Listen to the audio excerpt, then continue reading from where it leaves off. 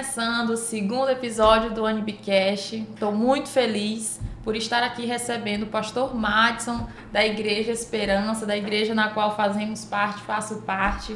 Ele é pastor, esposo, legendário e tem seu ministério há mais ou menos 16 anos.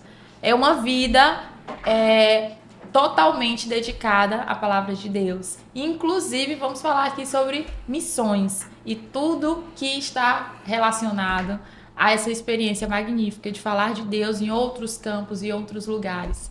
Que seja bem-vindo, pastor, que Deus abençoe. Continua abençoando, na verdade, né? Amém. Imagine só, eu aqui abençoando o pastor. Mas fico feliz por recebê-lo. Sinto já que Deus está presente aqui nesse lugar. Queria fazer uma oração para iniciarmos aqui. Assim como nós falamos de várias coisas aqui, científica, mas falamos de Deus. E Ele está presente não só nesse lado intelectual, mas também nessa nossa vida, nessa nossa dedicação. Vamos orar, né? Perfeito. Ai, papai querido, obrigada, Senhor Deus, por mais essa oportunidade, por trazer teu filho aqui, por falarmos de ti e falarmos a pessoas que muitas vezes não ouviram de ti, não conhecem essa história, essas experiências. Guarda todo esse ambiente, esse local, essa nossa trajetória, o técnico, meu noivo aqui e tudo aquilo que, através desse podcast, tu irás fazer.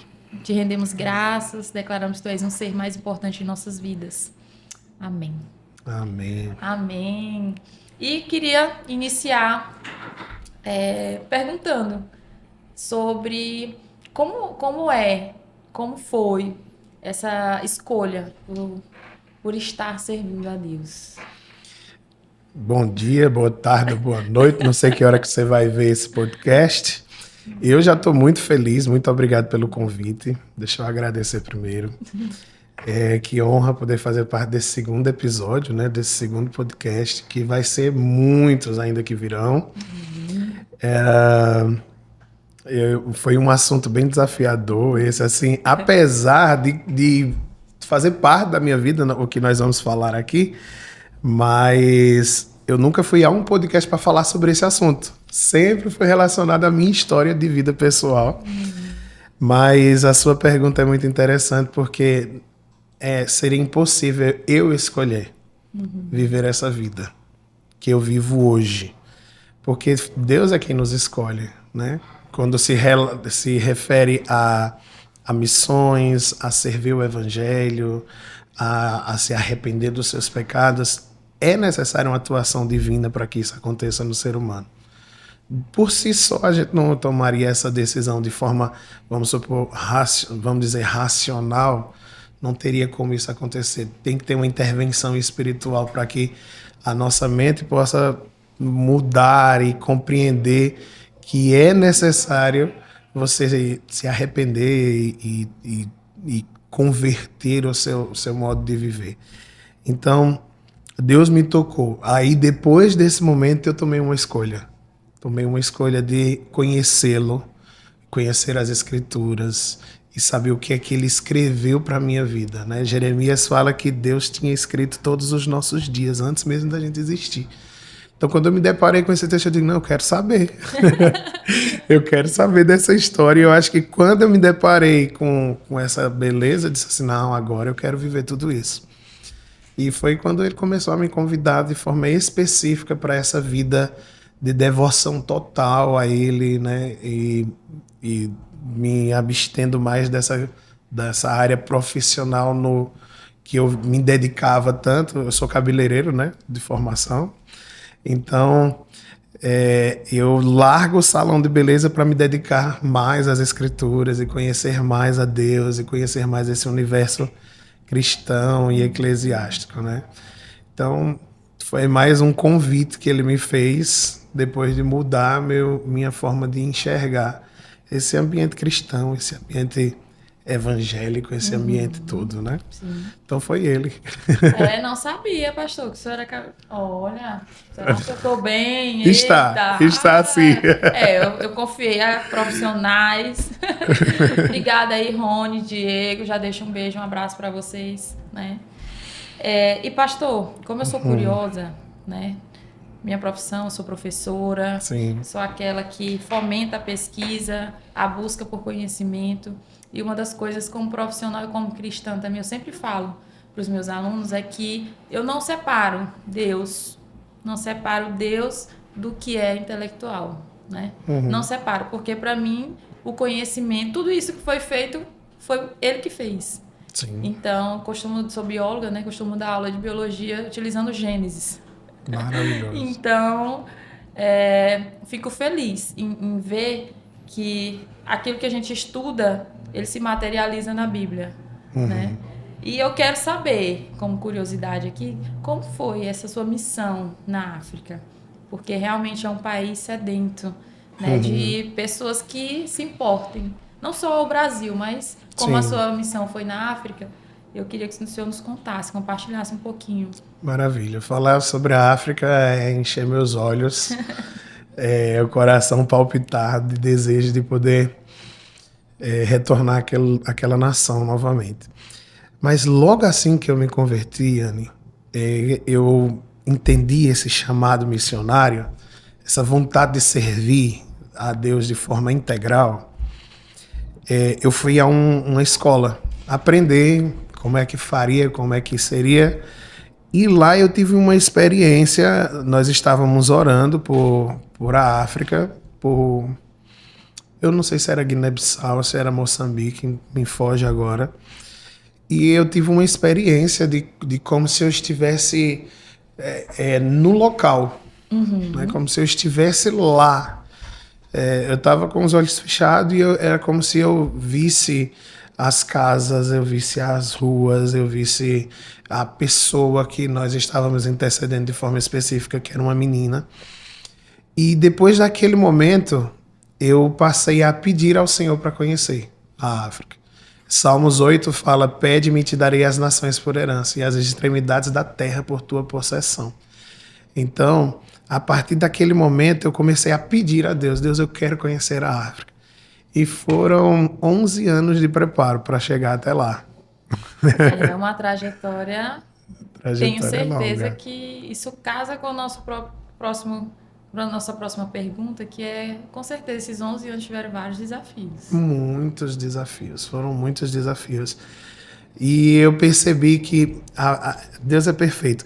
Não teria como ter sido logo ali quando Ele colocou. Porque eu precisava mudar algumas coisas na minha vida. Eu precisava ter controle das emoções. Eu também tinha, 18 anos quando isso aconteceu. Então, eu precisava ainda amadurecer em algumas coisas para poder viver o que Deus tinha para mim lá em Moçambique, né? Porque você precisa ter um controle das suas emoções. Você se depara com muitas situações e você precisa ter essa estabilidade emocional para que você não passe por um colapso, Sim. né? Muitas situações de pobreza, isso aí a gente sabe que a África tem muito, e situações de corrupção e etc. E se você não tiver esse controle, você se desestabiliza, de fato. Então, foi um processo, esses 11 anos foram processos maravilhosos de Deus, e um deles foi poder casar. Meu Deus, eu não sei como seria ter vivido a África sem minha esposa, graças a Deus. E é interessante, quando ela tinha 13 anos, Deus falou para ela que ela iria à África. Né? Então, nós chegamos à África, ela chegou à África muitos anos depois. Eu esperei 11, se eu não me engano, ela esperou mais de 30 anos para chegar lá. Né? Então, nesse processo, eu acho que o mais desafiador foi trabalhar a questão da ansiedade. Eu não tinha crises de ansiedade, mas eu era aquela pessoa ansiosa que não vivia o presente, querendo já viver o futuro, sabe? Então, essa ansiedade foi muito importante ser controlada, contida para poder chegar lá, né? Então, todos esses desafios desses 11 anos, quando eu pisei os pés naquele lugar, eu sabia realmente, eu precisava ter ficado esses 11 anos. Na verdade, esses 11 anos é um treinamento, né? Foi. Como o senhor falou, é um amadurecimento, tanto na palavra, na vida pessoal. a gente ser moldado para poder chegar pronto, ou basicamente um pouquinho pronto para tratar outras vidas, né? Sim. Para dar espaço para que Deus ele fale através de nós de uma forma com mais propriedade, né? Sim. Porque nós somos falhos, até a gente vai aprender até o fim da nossa vida, a gente vai estar aprendendo. Com certeza. Mas realmente, como você falou, era 18 anos, eu tinha 18 anos, né? Sim. Então tem coisas que com o tempo a gente vai deixando para trás, porque, né, não é prioridade, vai pegando mais para poder ter as ferramentas corretas, né, para falar do amor de Deus.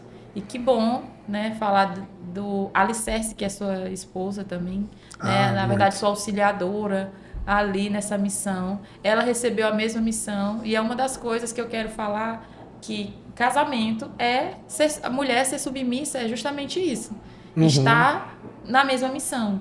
Porque eu creio que o senhor sentiu mais confortável ter alguém do lado que está junto do que ela tivesse em outra missão, o senhor em uma, e aí as coisas não poderiam andar como deveriam, né? Eu costumo dizer que Deus une propósitos, né? Não une pessoas, une propósitos. E, de fato, havia um propósito na nossa união relacionado à África, porque uma das coisas que ainda se carrega muito é cultural, isso eu acho que sempre vai existir, pelo menos em Moçambique, na região que eu estava, né? Quando a gente fala África, parece que é um lugar só, mas tem vários países lá dentro. Aonde nós estávamos ainda carregava muito a cultura da mulher não ter voz, da mulher não poder se pronunciar, enfim.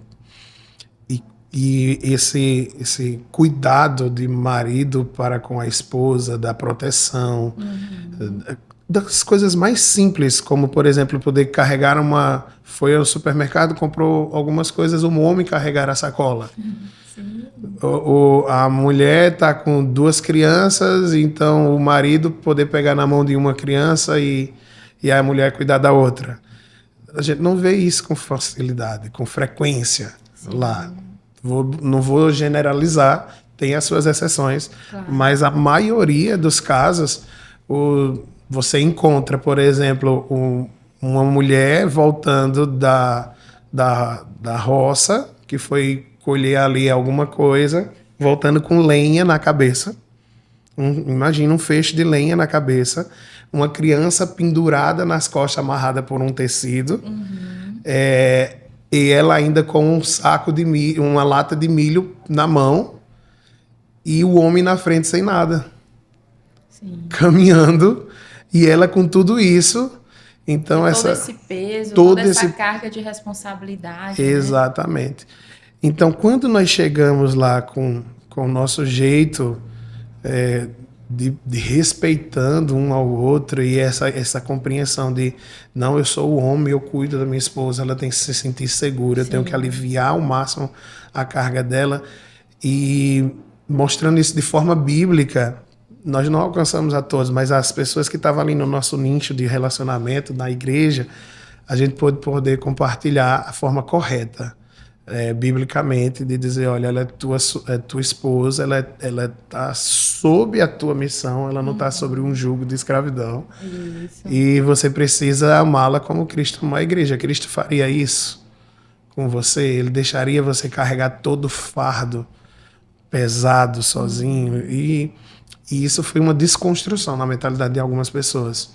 Né, perceber que o marido poderia pegar na mão da esposa, o marido poderia dar um beijo na esposa quando estivesse saindo, fazer um carinho, coisas tão simples que para nós é tão normal acontecer, e isso serviu de exemplo, graças a Deus. É uma pregação, né, pastor? Um estilo de pregação. É uma pregação, é uma forma de você mostrar o amor de Deus amando pessoas. E principalmente a que está ao seu lado. Sim. Então, eu acho isso primordial, na verdade, num relacionamento. É esse cuidado. É pegar na mão. É uma coisa corriqueira para nós brasileiros? Pode ser. Mas, às vezes, a gente encontra ainda casais que parece que não são casais, né? Sim. E como é bom ouvir do senhor, que é uma autoridade mesmo, eu creio, né, no seu mesmo pensamento, e penso, porque quando o senhor falou da mulher, eu estou visualizando aqui a mulher com tudo isso, e eu já vi em livros, já vi em documentários, realmente, essas mulheres tendo esse comportamento, né, você vê ela, e eu já vi o menino aqui atrás, o menino na frente, ela segurando aqui, ainda com uma lata na cabeça, então assim... Olha como realmente... E eu acho que o mais triste não é ver o homem deixando ela passar por isso, mas elas entenderem que elas são obrigadas a fazer isso. Então não era só um trabalho na mentalidade do homem, mas era um trabalhar também na mentalidade da esposa. Porque algumas não deixavam eles carregar, porque como é cultural, e na região, vale ressaltar aqui, gente, é na região que nós estávamos. Pode ser que você encontre alguém que está na África, em outro lugar que é totalmente diferente. Mas na região que nós estávamos, ainda carrega muito essa questão cultural das religiões, né, afros. Então tem a questão da feitiçaria e etc. E eles acreditam muito nessa questão da feitiçaria, de você poder coordenar a vida de uma pessoa através daquilo. Então, de forma geral, ali no contexto cultural geral, se um homem ele passa a ajudar a esposa nessas atividades assim, básicas, por exemplo, aliviando, levando o feixe de lenha, é como se ele estivesse sendo controlado por um feitiço. A esposa fez um feitiço para ele, para controlar ele, e ele agora está sendo dominado por isso. E como isso é difícil, né? Desconstruir mesmo. Exatamente. Só Deus, né? Só o poder do evangelho mesmo para que isso seja alterado. Então, algumas mulheres se submetem a passar por isso para que a população não pense que ela fez um feitiço para o marido. Nós conhecemos, tem um caso de uma outra pastora, amiga nossa, que ela relatou para mim dizendo assim, teve uma mulher aqui, um casal que nós aconselhamos e o marido passou a tratar bem a esposa. Ele entendeu que precisava cuidar dela e as vizinhas começaram a dizer que essa irmã da igreja estava fazendo feitiço para ele. Porque na região que essa pastora estava, a situação é mais séria porque culturalmente é permitido que o homem bata mesmo, agrida a mulher, né? E como ele não estava mais fazendo isso, as pessoas estavam dizendo que ela tinha feito um feitiço para ele, para controlar ele. Então ela começou a pedir, você precisa me bater. Você precisa me bater. As pessoas precisam ver que você me bateu, porque eu estou como feiticeira, eu estou como alguém que está fazendo mal. Então, até o marido dizer, não, nós vamos enfrentar essa cultura, eu não vou fazer mais isso com você, eu entendi que Deus não agrada ao Senhor. Então, isso já foi assim, uma transformação extraordinária na vida desse casal. Né? E aí a pastora trabalhou com ela, entendendo, você não precisa fazer isso, você precisa dizer para as suas vizinhas que foi Deus que trouxe esse entendimento, que está na Bíblia, que ele precisa amar você e cuidar, e essa não é a forma de amor, agredindo e tal.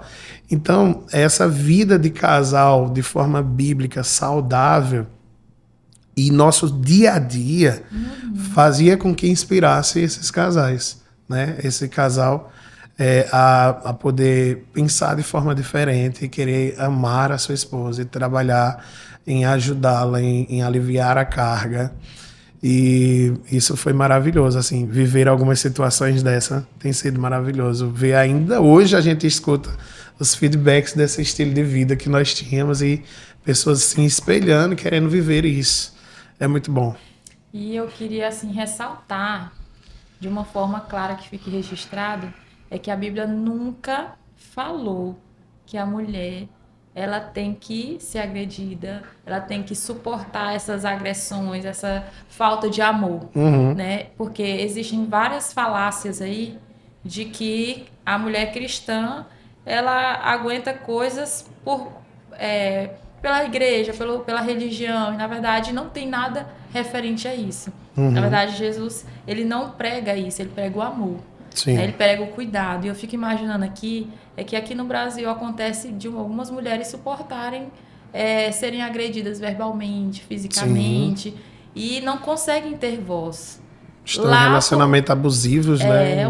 Lá é uma questão de de cultura. Cultura. Aqui não é uma questão de cultura, é uma questão mesmo de falta de Deus também, né? Porque conhecimento está aí. Mas a gente precisa mesmo buscar o verdadeiro sentido disso. Não sei nem se seria falta de Deus, pastor. Mas é porque é uma coisa tão assim que a gente fica sem imaginar, porque o nosso país ele é tão... prega tanta liberdade que parece que não condiz, parece hipócrita, né? Parece hipócrita. Essa não é a verdadeira liberdade que o evangelho prega, né? Sim. E eu queria... nisso, estou muito assim maravilhada, que não seria o ponto, mas eu estou amando falar sobre isso, porque isso desmistifica muitas mulheres hoje optar por não casar, por não ter filho, porque realmente está deturpado. A família está deturpada, a base está sendo perdida. E nós temos aí vários movimentos que estão sendo levantados para que realmente o que vale a pena, que vem de Deus, ele tenha mais força, né? E que bom que nós chegamos nesse ponto, falando da África. E o senhor contou de uma história, né? Dessa pastora que teve essa experiência. Mas eu queria de forma pessoal, qual história que o senhor vivenciou na sua missão na África que fez assim, eu sei que várias, mas qual delas assim fez o seu coração até hoje lembrar e falar assim, Deus fez com que eu passasse por isso, para eu sempre estar indo ali, contando testemunho para mim mesmo sobre essa situação? Como você falou, são várias. Eu posso aqui, de forma muito rápida, pensar em muitas. Nós tivemos a oportunidade de... Até hoje nós temos contato com essas duas pessoas, né? Mesmo estando distante, nós ainda conseguimos manter contato. Um certo domingo acabou o culto e os cultos lá acontecem durante o dia, então pela manhã, né? E eu fui para casa, terminou o culto, eu fui para casa e daqui a pouco chega um adolescente lá em casa, batendo na porta, me pedindo um emprego, né? Eu olhei para o menino, vou dar primeiro, eu nem tenho uma empresa para dar um emprego, mas eu disse, por que você quer? Ele disse, não, eu preciso comprar roupa para ir para a igreja. Aquele adolescentezinho, Eduardo, o nome dele. E Eduardo era aquele menino que está na igreja desde criancinha, ia sozinho para a igreja participar das programações infantis. E já estava ali como adolescentezinho. E eu pensei, em frações de segundos, se é a oportunidade que eu posso ter de trazer essa criança para perto. De enxertar na personalidade dele Cristo e de poder trazer bons princípios e poder alterar essa cultura, tirando aquilo tudo que é da cultura que não é bíblico e poder permanecer, enfim. E eu trouxe ele para perto. Eu disse, então você vai fazer assim, toda vez que você sair da escola, você vem aqui para minha casa e a gente sai juntos. E eu trouxe ele para ficar comigo. E todo o tempo, foram 2 anos e 8 meses que nós ficamos em Moçambique. Ele esteve lá conosco, né? E eu pude ver o crescimento de Eduardo, assim, passa um ano e vendo Eduardo ali amando a Jesus Cristo, convivendo e agindo de forma diferente. E o que é que me marca até hoje? Eu escolhi falar dessa experiência porque não foi uma experiência que eu vivi somente lá. Até hoje eu vejo os frutos desse tempo que eu passei com o Eduardo, né? Ele ligar, a gente fala praticamente toda semana, a gente está se falando. E nós adotamos ele mesmo assim como se fosse nosso filho, né? Ele e mais uma outra menina chamada Judite. Eduardo, ele não foi criado pelos pais, é criado por uma avó, mas é um menino que está crescendo, que está indo contra uma cultura que desvaloriza princípios básicos e princípios cristãos, e ele ali lutando. E quando eu falo assim, não é fácil você, por exemplo, ter que não se submeter a um suborno para você conseguir ter a sua nota 10 na prova. Sim. Você tirou 10, mas para que eu coloque 10 aqui, você tem que me dar tanto. entendeu? Sim. Coisas assim, e ele dizer, não, não vou dar, porque eu tirei 10 e você vai me dar, e ser resiliente em tudo isso. Então, Eduardo, foi a experiência mais extraordinária para mim, foi ver o crescimento desse menino e como ele ainda continua crescendo. Às vezes eu converso com ele e disse assim, tá, e por que tu não fez isso? Não, porque você me ensinou isso. Ah, e por que tu vai fazer isso hoje na igreja? Porque nós fazíamos juntos. Né? Quero me emocionar. Então, assim, eu tenho histórias de, por exemplo, pessoas que foram curadas instantaneamente. Eu tenho história de pessoas que entraram dentro de uma... Era feiticeiro, entrou dentro de uma casa e os espíritos que ela cria mandou ela tocar fogo na casa com ela lá dentro. Ela não morreu e ficou toda queimada e Deus salvou essa pessoa e está lá até hoje viva. Eu tenho várias histórias assim que poderiam ser sobrenaturais e etc. Mas eu acho que a história de Eduardo me marca porque foi algo que Deus produziu e está produzindo e é nítido que vai continuar, sabe? E eu acho que a nossa vida, a existência, a nossa existência, principalmente como cristão, se ela não servir para alterar outras vidas a curto, longo, médio e longo prazo, não faz sentido. Sim. Não faz sentido. E assim, o que eu vejo hoje na vida do Eduardo é consequência da nossa rotina. Então, meu estilo de vida mais pregou do que minhas palavras para ele. Porque às vezes eu pergunto, por que tu tá fazendo isso? Ah, porque eu vi você fazendo. O senhor me ensinou assim. Um exemplo vivo, né? Um exemplo vivo. E lógico que eu não sou perfeito, é óbvio.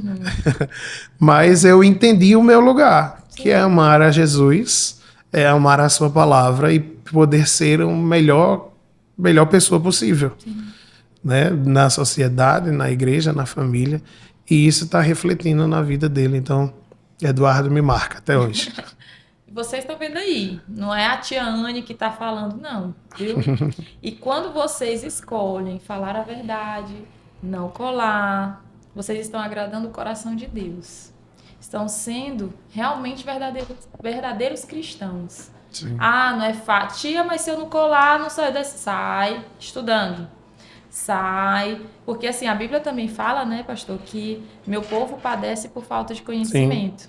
E não é só falta de conhecimento da palavra de Deus. É também quando você não estuda, não faz a sua obrigação, né? E muitas vezes não é uma obrigação, é algo que você vê. Estudou, aprendeu, olha que legal, consegui fazer a prova. E às vezes dói, pastor, né? Eu costumo dizer para eles, porque também fui jovem, né? Eu conheci a Jesus, eu tinha 16 anos de idade.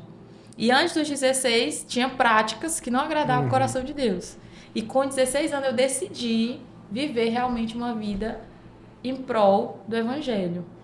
E assim, não sou apenas, né, uma filha acolhida, mas eu já nesse período, eu estava fazendo o terceiro ano do ensino médio, eu tirei 0 numa prova, porque eu não era tão boa em física, né? O professor Laércio, meu professor, hoje é meu colega de trabalho. Eu tirei 0 em física porque eu não conseguia. Mas quando eu decidi estudar, pedir a Deus, Senhor, abre a minha mente, me ajuda, né, a conseguir superar isso, porque a gente não é habilidoso em todas as matérias, a gente tem nossas dificuldades. Mas eu percebi que aquela experiência era justamente para eu poder ter esse testemunho, porque eu não sabia que eu seria professora depois, né? Eu não sabia que eu estaria diante disso, mas eu precisaria sentir a graça de Deus também ali. Depois eu tirei meu 8,5, mas foi meu. Não foi, né? Não peguei de ninguém, né? Não menti, porque a gente não mente pro professor. Não adianta, a gente não tá enganando o professor, viu? Eu sempre falo isso para vocês. Vocês estão enganando a si mesmo, né? Estão burlando as normas que tem que ser.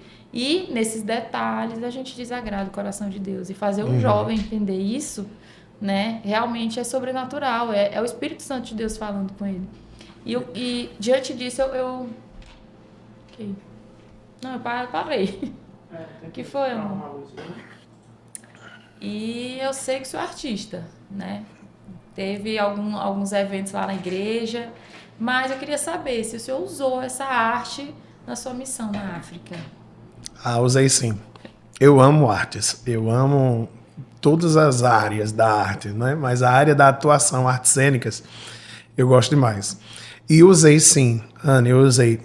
Moçambique fala português, né? Foi colonizado pelos portugueses, então tem um português ali parecendo com o português de Portugal.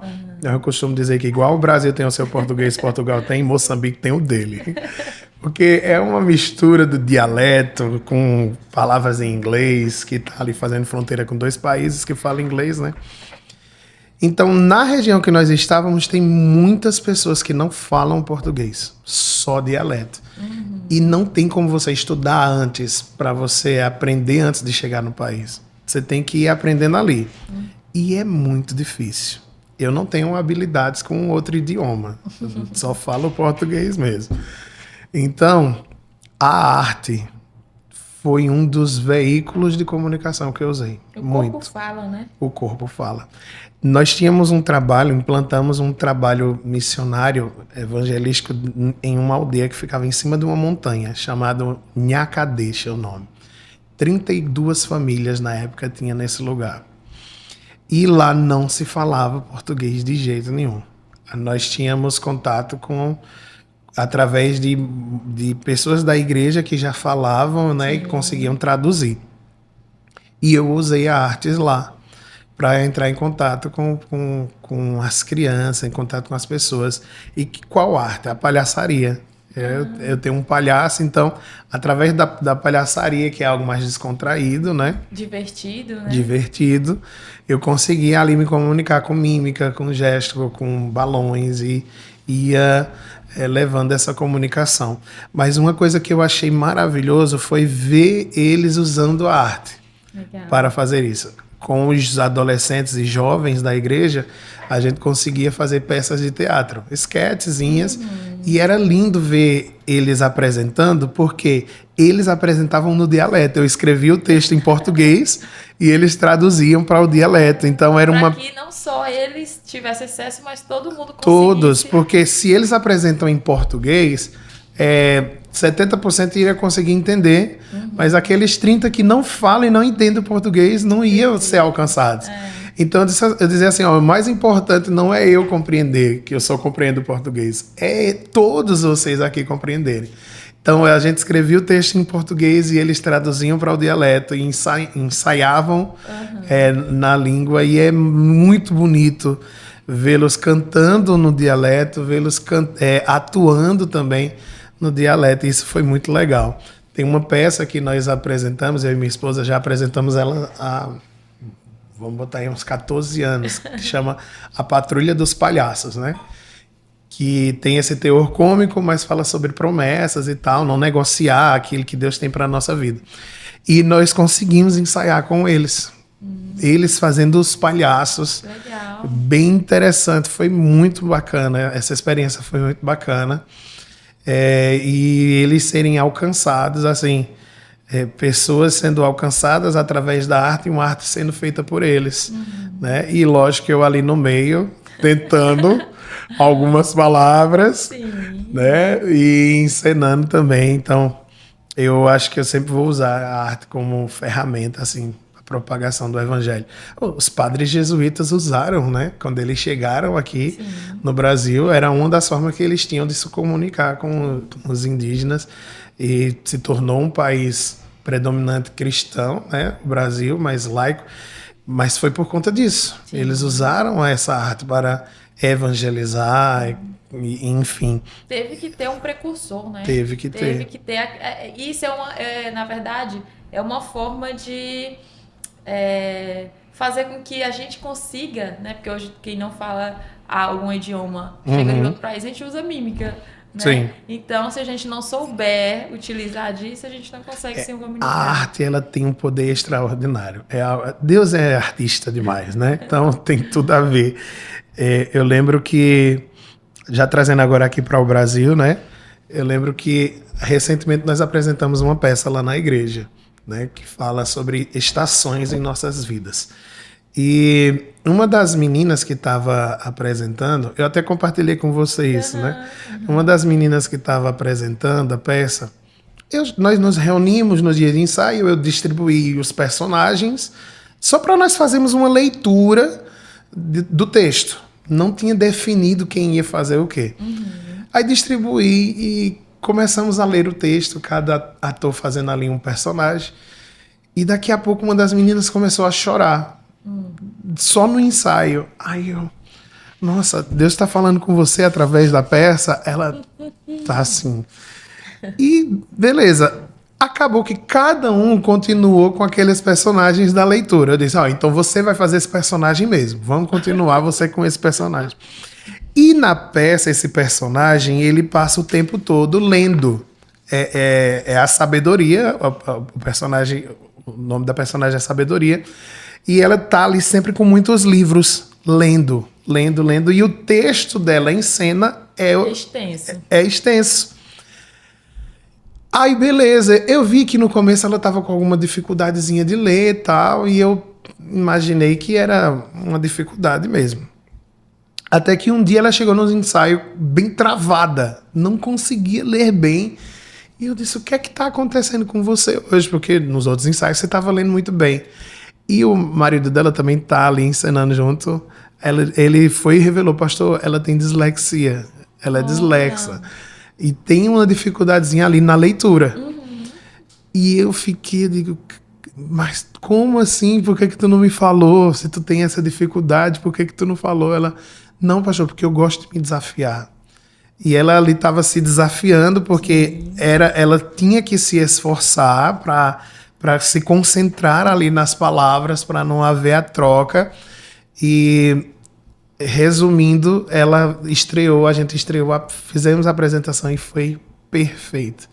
Foi lindo como ela conseguiu fazer a personagem. E ela não somente tem a dislexia, como também ela tem um grau de autismo também. E eu recebi até uma mensagem dela antes de vir para cá, né? Ela falando um pouco como a arte foi tão importante para ela. Porque ela teve o diagnóstico tardio, né? E isso já foi um choque assim para ela. Porém, ela conseguiu encontrar na arte da encenação força para se expressar. E não somente assim essa questão para se expressar, mas ela percebeu que ela conseguia fazer coisas que ela não imaginava. E como foi tardio, ela acabou descobrindo já depois que ela estava trabalhando com isso. Mas eu consigo fazer isso, né? E assim, é uma pessoa incrível, maravilhosa. Ela até escreveu... Eu posso ler? Pode. Aqui. Ela escreveu algo bem interessante. Ela escreveu 10 dicas que funcionam comigo. Ela dizendo 10 dicas que funcionam comigo no teatro, né? Ela tem a dificuldade. Então, ler o texto com antecedência para ter familiaridade com o texto até mesmo poder decorar. Ela torna mais fácil para interpretar depois. Então, ela exerce aquele controle, lendo antes, para conseguir memorizar e trazer essa convicção. Mas isso não é o normal que temos que fazer quando a gente vai apresentar. Mas nós estamos falando de uma pessoa que tem as suas particularidades. Exatamente, né? Aí o que é que ela faz também para conseguir? Ela ouve, ela grava e fica ouvindo no fone de ouvido várias vezes, até decorar. E isso ajuda até na dislexia, ela falando aqui, né? Ela grava e escuta a maioria das vozes que ela quer fazer, ela vai ali gravando também, né? Ela substitui algumas palavras, que eu achei isso bem interessante. Quando ela não consegue pronunciar bem aquela palavra por conta da dislexia, ela substitui aquilo e ela vai encontrando isso, né? Adaptando. Achei muito legal. E saber o momento certo de cada ação na hora do texto. Então ela entende assim, quando eu estiver falando esse texto, eu tenho que estar fazendo isso. Ela faz associações. Isso eu achei maravilhoso. Então, aonde é que eu quero chegar com tudo isso? Eu quero dizer que essa ferramenta da arte alcançou o coração dessa menina e proporcionou ela acreditar mais nela, na capacidade que ela tem.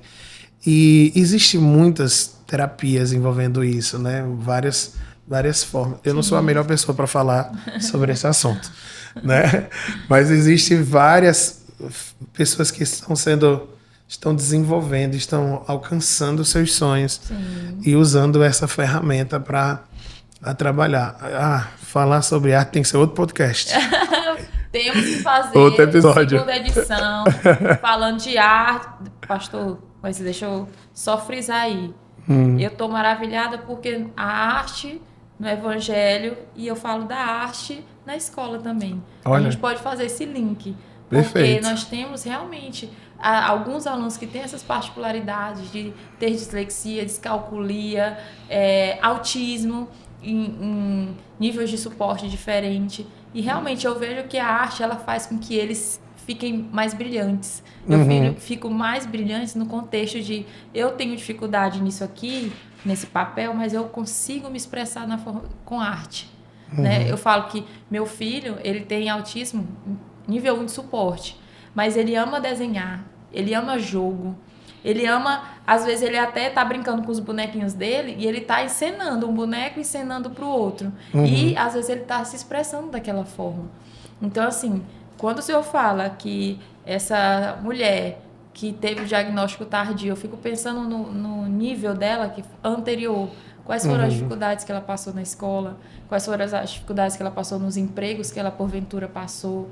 E como isso gerou algumas inseguranças nela, né? E hoje ela está dentro de uma igreja que está sendo cuidada, que ela está se desafiando porque... Está inclusa. Isso, está inclusa. Deus me fez, Deus me ama. Essa dificuldade todos nós temos. Não só aqueles que têm suas particularidades, mas todos nós temos. Muitas vezes eu sou tímida. Muitas vezes eu sou ansiosa, então eu sou tímida, sou retraída demais, então eu não vou conseguir. Quando eu me coloco, quando eu me disponho a entrar no teatro, eu começo a olhar para frente, olhar para cima. Eu estou em outro personagem, eu não estou em mim, de certa forma, mas eu estou sabendo depois, não, mas eu consigo. A Anne, né, tem uma ansiedade, eu vou começar a desacelerar. Né? Eu tenho que saber o tempo da fala, então eu tenho que obedecer aquilo, eu tenho que saber o que fazer e quando fazer. Então, assim, realmente funcionou na África, está funcionando aqui, funcionou quando foi para chegar ao Brasil. Então, eu creio que a arte é uma porta de fazer com que nós conheçamos a Jesus e também conheçamos a nós mesmos. É um autoconhecimento. Né? E que maravilha poder ver esse testemunho, ouvir esse testemunho do Senhor, porque isso é um fruto. Seria meu próximo questionamento aqui. Que frutos o teatro traz ou trouxe, que o senhor pode mencionar? Isso já é um... Já é um dos. Já. E alguma peça e apresentação em particular teve assim um marco na sua história como nesse ministério? Essa mesmo. Eu vou usar esse exemplo dessa que nós acabamos de apresentar. Ano passado eu passei por uma estação bem complicada. Nós perdemos um bebê, eu e minha esposa. E foi um dos momentos assim, muito difíceis de poder aceitar. Só quem passa vai saber o quanto é difícil. Né? E eu percebi que independente da estação... De forma prática, eu percebi isso. Independente da estação, nós precisamos estar com Deus. Precisamos estar com Deus em todas as nossas estações das nossas vidas. E essa foi uma estação que, se eu não tivesse o Senhor do meu lado, eu não sei como eu estaria. Na verdade, eu nem consigo imaginar como uma pessoa que não tem uma fé firmada nas Escrituras e no Senhor consegue passar por um momento desse. E quando passamos, em janeiro desse ano, eu escrevi essa peça. E essa peça traz testemunhos meus, né? Linkando com passagens bíblicas de pessoas que passaram por momentos difíceis e encontraram no Senhor refúgio. Né? Então fala sobre Jó na peça, fala também sobre Spafford, que foi um cara que perdeu as 4 filhas num naufrágio, ficou só a esposa viva, perdeu a casa no incêndio, perdeu um filho. E tudo isso ele cria uma música linda que é Sou Feliz com Jesus. Sou feliz com Jesus, meu Senhor, que está no Cantor Cristão. Então eu comecei a citar algumas histórias assim, cito a minha história também, que é a perda do bebê. E também quando eu descubro que eu sou soro positivo. Né? Eu sou soro positivo. E esse momento também da minha história, quando eu descubro isso, foi um momento muito difícil. Então eu mesclo minha história com algumas histórias. E o que marcou? A primeira vez que nós apresentamos essa peça foi dentro de uma igreja. E antes de finalizar a última cena, a igreja estava em prantos. A pessoa que nos recepcionou na igreja, que nos deu toda a assistência, nos servindo com muito carinho, ela estava aos prantos, o marido aos prantos, e nós não imaginávamos o que estava acontecendo. O que estava sendo ministrado, né? O que estava sendo ministrado ao seu coração. Pós a apresentação, conversando, descobrimos que a história que nós estávamos encenando retratava a história do casal. E eles, até aquele momento, ainda não tinham recebido o acalento em seu coração. E eles perceberam que eles precisavam estar com o Senhor e que tudo coopera para o bem daqueles que amam a Deus e vivem segundo o seu propósito, como diz as Escrituras. E que Deus tinha uma história linda, mesmo em cima daquela tragédia e tudo aquilo. Então isso foi maravilhoso. Lembrando aqui de uma outra cena, você pediu só uma, mas eu preciso contar essa. Em uma outra peça, tinha a cena de uma menina que perdia a mãe. E a mãe foi enterrada e ela não conseguiu participar do enterro. Então ela culpava muito Deus por aquilo.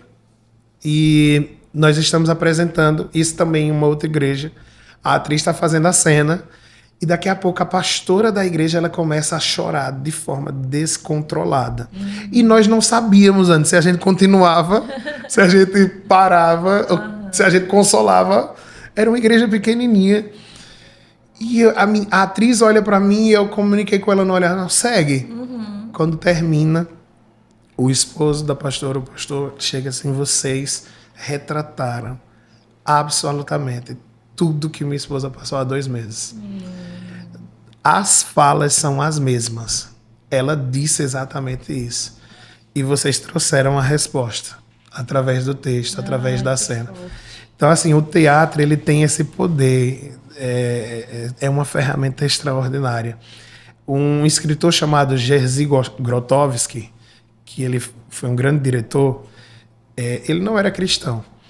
Então ele finaliza os escritos dele, de todos os seus experimentos e oficinas que ele deu e trabalho com atores, que ele trabalha o corpo do ator e a expressão do corpo do ator. Então ele meio que ele finaliza os escritos dele dizendo assim, eu não sei ao certo, mas quando o ser humano ele compreende o que ele está fazendo com o seu corpo, ele entra em conexão com um ser espiritual na qual eu não sei. Ele finaliza. Ele não entendia. Ele entendia. A falta da luz das escrituras Sim. fazia com que ele não compreendesse. Então, isso para mim, que sou cristão, é uma chave maravilhosa. Sim. Porque se eu entendo o que eu estou fazendo com o meu corpo, eu vou me conectar com esse ser espiritual que é o Senhor. E eu vou poder proporcionar uma verdade que antes é escrita, vivida, real. Ali. Então, eu sempre falo para os atores quando eu estou dirigindo, eu digo, olha, você está falando um texto bíblico agora. Acredita no que você está falando. Teu corpo recita de forma real. Se apropria. O que esse texto fala? Qual que ele ocasiona no teu corpo quando tu diz isso? Quando tu disse, o meu povo que se chama pelo meu nome, se humilhar, orar, buscar a minha face, se converter dos seus maus caminhos, então eu ouvirei do céu, perdoarei os seus pecados, sararei a sua terra. O que isso produz quando você fala? O que teu corpo pode falar? É impossível não mudar. Não. É a palavra de Deus encenada. Ai, perfeito. Isso é extraordinário, é maravilhoso. E como o senhor acha que o teatro ele tem influenciado nessa evangelização de jovens? Porque, de certa forma, a priori, o que mais chama a atenção é dos jovens, né? E lá na igreja, nós, né, somos ricos de Sim. muitos jovens, e temos jovens que participam do teatro, jovens que estão assistindo, jovens que são evangelizados dessa forma da música, mas o teatro, ele realmente impacta, como você estava falando, o recitar, né, da palavra causa até uma sensação corpórea, física, Sim. né? E como é que o senhor acha que o teatro ele tem influenciado na vida dos nossos jovens que hoje são acometidos de várias situações, de vários sentimentos que muitas vezes atrapalha na escola, atrapalha na família, atrapalha na sua vida social. E eu vejo de verdade que o teatro ele faz com que haja um resgate dessas vidas. De forma bem prática, eu penso que o desafio que é proposto, isso para quem está encenando, o desafio que é proposto, por exemplo, em fazer um personagem lúdico, em fazer você sendo um jovem fazendo um velho, você sendo tímido fazendo uma pessoa extremamente extrovertida, esses desafios proporciona eles compreenderem que eles são capazes. Eu acho que isso é uma dos maiores frutos, assim. Eles entenderem, eu sou capaz, eu consegui. Tá muito recente essa peça que a gente acabou, os exemplos sempre vêm deles, né? Teve uma das meninas que disse, pastor, eu sou muito tímida, como é que eu vou fazer um palhaço em cena? Como é que eu vou... Meu personagem tem o nome Alegria. Como eu vou... Eu digo, você é capaz. Você vai conseguir, você consegue. E isso faz com que eles percebam que eles conseguem. E isso não só reflete ali no teatro, mas eles levam como lição para a sua vida. Lá fora, diante de um vestibular, diante de um Enem, diante de uma oportunidade de emprego. Eles eles já relataram, eu consegui fazer aquilo, então eu vou conseguir também alcançar isso que eu desejo. E o que é interessante também para os que não estão encenando, que são esses jovens que são evangelizados, que são tocados, é ver eles compreendendo melhor a mensagem, né? Eu não sei se eu li isso ou se eu ouvi, mas fala assim, que quando você escuta uma mensagem, alguma coisa do tipo, uma palestra, você absorve uma quantidade. Sim.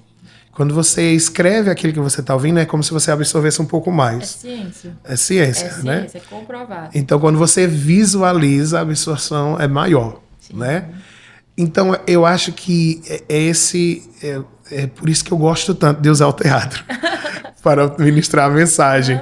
Porque é certeza que aquela pessoa está absorvendo de uma forma mais profunda.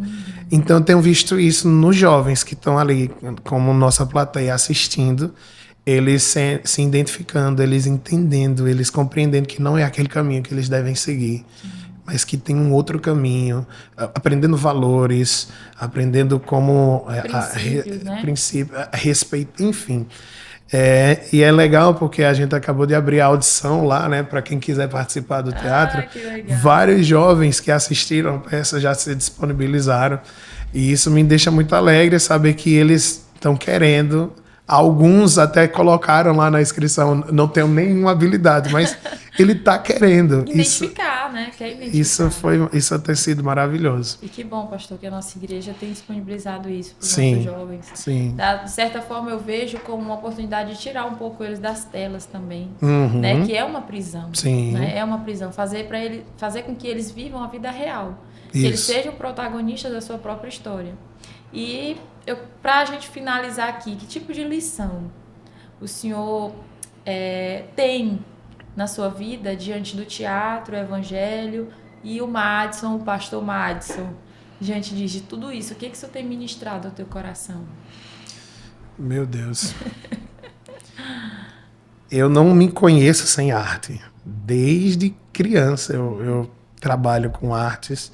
Quando eu entrei na igreja, eu imaginei que eu não iria usar. Não conhecia. Eu tive uma experiência com Deus e não gostava da igreja na época, não gostava do contexto cristão. Então eu tive uma experiência com Deus sobrenatural e eu disse assim, eu não posso mais sair desse lugar. Eu tenho que estar aqui, eu tenho que continuar aprendendo sobre Deus. E eu disse, mas será que eu posso usar a arte dentro da igreja? E eu cheguei até o pastor, na época onde eu congregava, Ele, claro que você pode. Então, assim, minha trajetória dentro da igreja é com artes, é com teatro, é envolvendo música, que eu canto também, tocando. Então, é como se fosse a engrenagem da minha trajetória cristã, a forma como Deus já falou tanto comigo através das escrituras, eu estudando um texto para apresentar a peça, criando uma peça, os lugares aonde eu já pude chegar através do teatro, que eu não chegaria como um Watson normal. Então é muito rico, olhando para a minha história, vendo essa questão da arte, as conquistas que eu alcancei, os lugares onde eu pude me desafiar no teatro, poder ir para São Paulo fazer cursos. Eu sou do interior de Pernambuco, uma cidade minúscula, Serra Talhada. Pelo amor de Deus, não é a terra do Itinga. Não é. Não, não é. Então eu saio daquele lugar, vou para São Paulo fazer missões e aprender também. Estudar na escola Macunaíma, estudar com o pessoal do Giovanni Si, que é uma referência no teatro cristão. Isso me mostrou que eu sou capaz de viver muita coisa, me trouxe resiliência, me trouxe... poderia listar tanta coisa aqui sobre isso, mas eu me sinto completo. Eu posso dizer, quando eu estou em cena, quando eu estou usando a arte, qualquer arte, mesmo cantando, ministrando louvor ali, eu me sinto, poxa, eu nasci para isso. Eu vim para isso, para fazer isso. E nada melhor do que você saber o que você tem para fazer. Para que você existe e aonde você vai chegar. Isso é maravilhoso. Eu fico muito feliz de saber que nossa cidade ali tem esse viés, porque nós precisamos mesmo de uma arte sadia, de uma arte onde prega realmente princípios, valores, boa conduta, comportamentos que realmente tenham base, né, embasamento. Geralmente o teatro é utilizado para, às vezes, denegrir pessoas, né, condições financeiras, usado também para mostrar a realidade. Mas eu penso que esse tipo de arte, ele impacta de uma forma mais profunda a nossa sociedade, a família, o social, os jovens em si, que é o futuro, é o nosso futuro, na verdade. E eu queria saber, tem alguma frase que marca esse momento da sua vida que você poderia deixar para nós? Constância. Eu acho que eu não quero dizer uma frase, eu quero dizer uma palavra. A constância, a convicção. Nós não temos mais tempo para não saber o que a gente tem que fazer. Não dá mais. Os dias, cada dia mais tem se estreitado. Os sinais estão aí de que Cristo está voltando para buscar a sua igreja. E não dá para nós não sabermos o que nós vamos fazer. Nós precisamos ter convicção. Nós precisamos ser pontuais, intencionais para fazer aquilo que Deus nos chamou para ser feito. Se é dentro de uma sala de aula, se é dentro de um consultório, atrás de um computador editando vídeo, na plataforma, falando para milhares mas a gente precisa saber o que tem que fazer. Tem muita gente perdida. Então, eu acho que é isso. Nós não temos mais tempo para não saber o que tem que fazer. Obrigada, pastor. E eu queria finalizar pedindo que o senhor orasse por esse projeto. É o 2º episódio.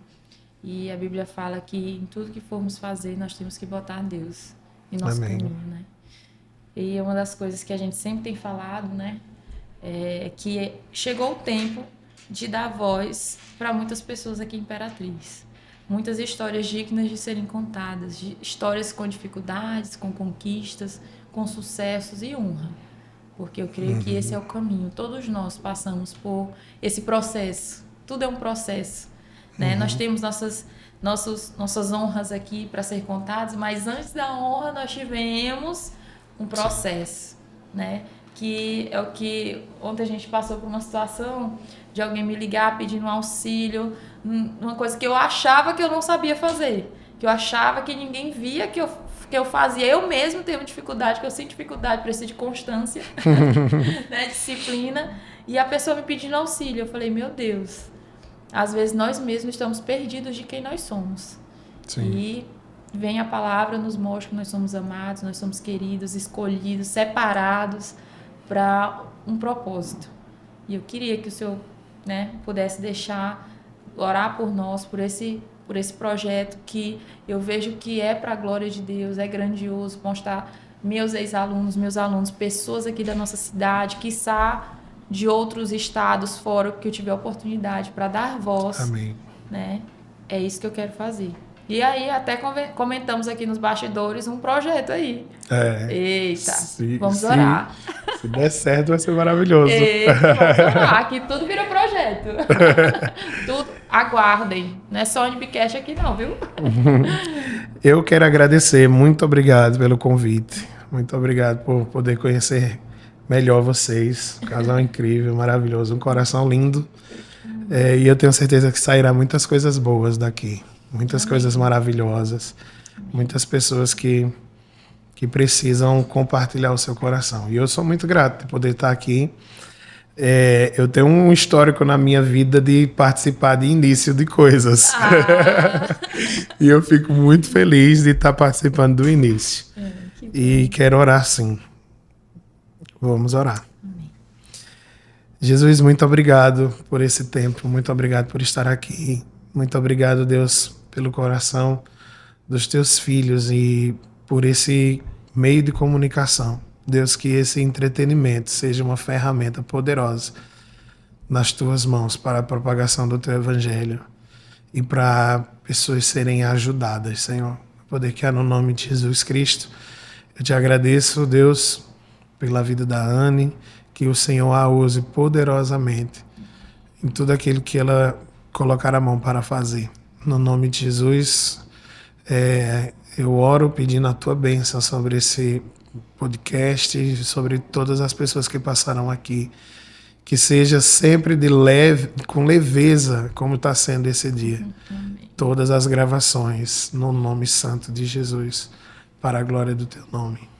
Amém. Amém. E assim, finalizamos esse maravilhoso podcast. Obrigada pela sua presença, pela sua esposa ter deixado o senhor vir. É assim, gente, é parceria. Ela teve que liberá-lo, né? Ela queria ter vindo, mas tinha médico. Tinha médico, né? Mas vamos comentar mais, teremos outras edições aí. Amém. Para trabalharmos outras questões também. Pode convidar, né? Que ela tem muita coisa para compartilhar. Eu acredito nisso. E aquela velha não, né? Aquele nada, mas aquela frase que eu preciso que vocês ouçam e pratiquem. Sigam esse canal, ativa o sininho, curtam, compartilham, comenta e acreditem que vocês são capazes, vocês podem usar o teatro, podem conhecer a Deus através dele e ter uma vida eterna. Com certeza. Obrigada.